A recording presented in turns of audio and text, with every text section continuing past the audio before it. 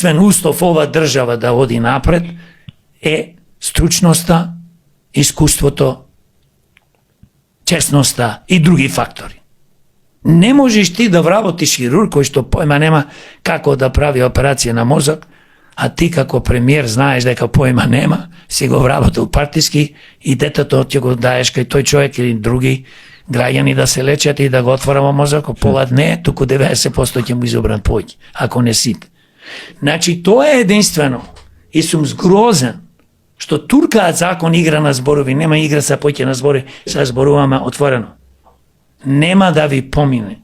Вие може да го истуркате во собрание, бидејќи сте на власт, но забрзо ќе ве турнеме од власт. Овај народ се освестува. И нема повеќе во Македонија. И тоа е една од причините што зборувавме.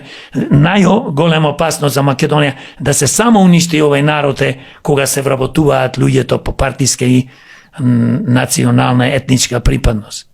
Каде тоа го има?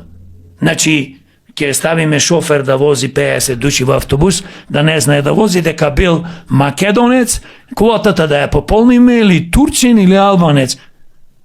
Ете, тоа е мојата приказна, тоа сакав да кажам.